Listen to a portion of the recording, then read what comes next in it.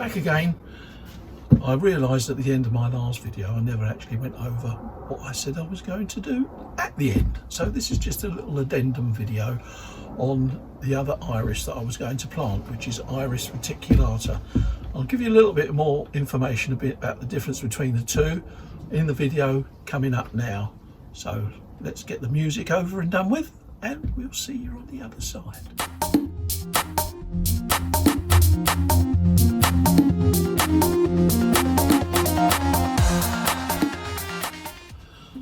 Right, there we are.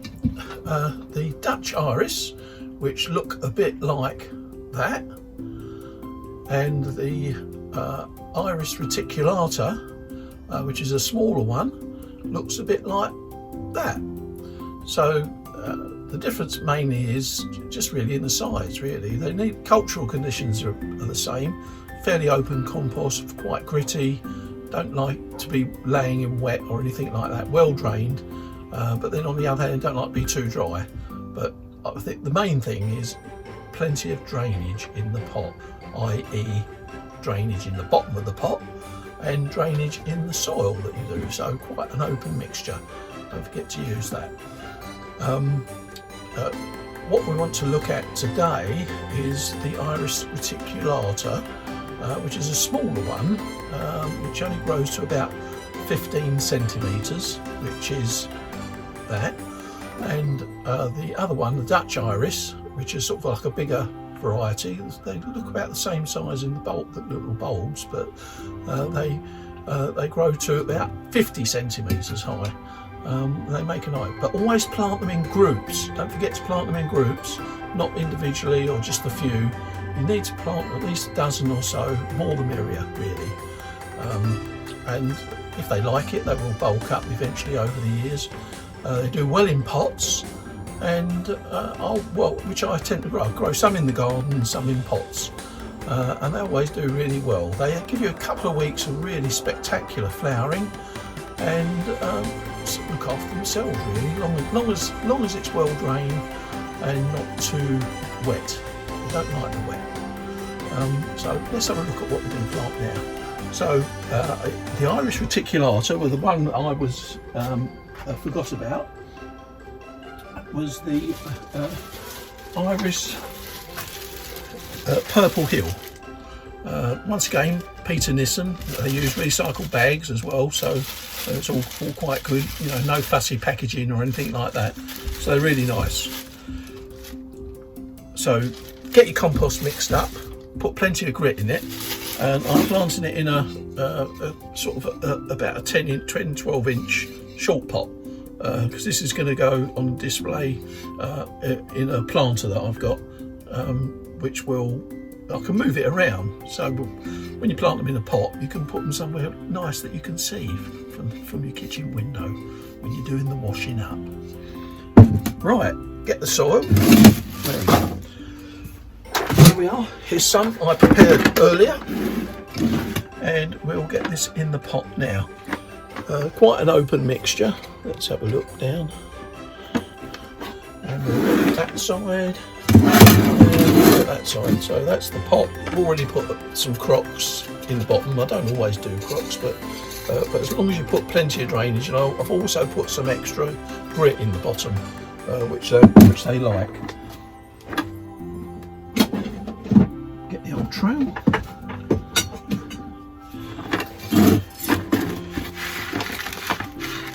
If you can see, that's quite a nice open texture.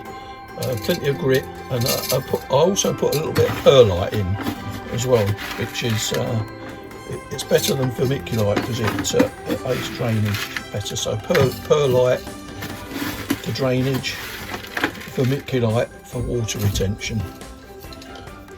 I put too much in there now. Let's take some out. Just a bit there. And there we go. They want to be about 100 ml deep. And you want to plant plenty of them in a pot. So normal planting distance is 5 centimetres, something like that. But always when you're doing a display type thing in the garden, you want to, if they're permanent planting, you want to sort of respect the normal planting distance, but in a pot you can go a bit raving mad really. Anyway, so let's get these in, space them out quite, so you bang them in quite densely really, so you're not worried too much, because this type of thing is for show, not shows but for show. So next year, don't forget to plant them the right way up, pointy side up, root at the bottom, a little rooty bit. Get all these in, round and round and round we go. Don't be too particular, but just give them a little bit of. So that's a packet of 25 I've got in here. Really, a pack of 25 would probably cover. Let's get that in there. Yeah, put that over there. Pack of 25 would probably cover sort of about half a square metre really. So I mean, in real essence, so you're really condensing it down. So this is like a 1 year show. I'll probably, you know, for the pack of what the pack of bulbs costs, a couple of £1, it's a one-off. So it's like buying a bunch of flowers really. But you get a nice show for a couple of weeks, and then I'll take these out and probably discard them, because the second year they never do quite as well when you've grown them in a pot. When you grow them in the ground, it's a different kettle of fish.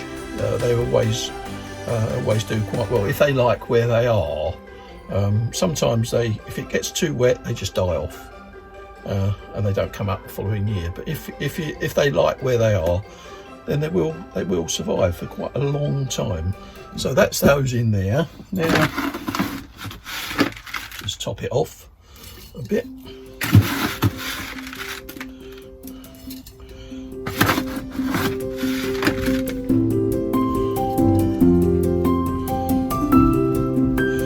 Don't press it down too much, just firm it down like that type of thing. So, and then always just for aesthetic, it's not necessary, but it just stops the moss growing and it just looks a bit nicer while it's sitting there. And I'll probably put this under the staging in the greenhouse.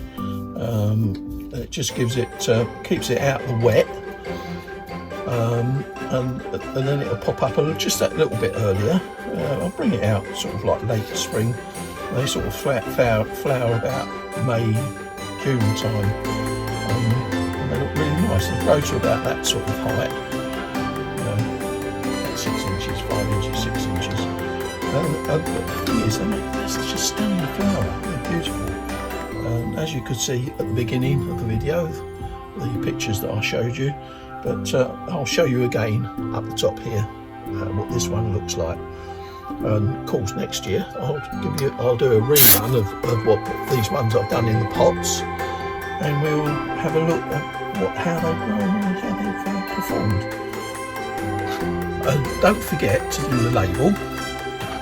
You always need the label, and write it out and make a note in your diary as well. I always write in my gardening diary what I've done on any particular day and what I've planted. And then it's a good reminder of what you've done next year, and you'll look back and say, oh yeah, I've done that, and things do well, things don't do so well, things die, things look fantastic. But just make a record of everything. You can even just take a few pickies of things as a reminder. And that always works, which I always do as well. And there you go. Right, okay. The bulbs, just to finish off, the bulbs that, let's go back up. I'll put a link below for Peter Nissen. They're based up north, and get in touch with them. do some good stuff and good prices as well. Really good prices, and they don't make too much fuss about packaging. They use everything they do is all recyclable, so they're quite nice. Some of the stuff comes in those plastic recyclable, the biodegradable bags, and good old-fashioned paper bags as well, which I'll show you one. Right, some of those come in old-fashioned paper bags. That's the way you go. All that over-packaging is bad for the environment. Yeah, I know everyone agrees with that. Right, that's it. A little addendum to my last video, and I hope you enjoy this just as much as I've enjoyed planting. Yes,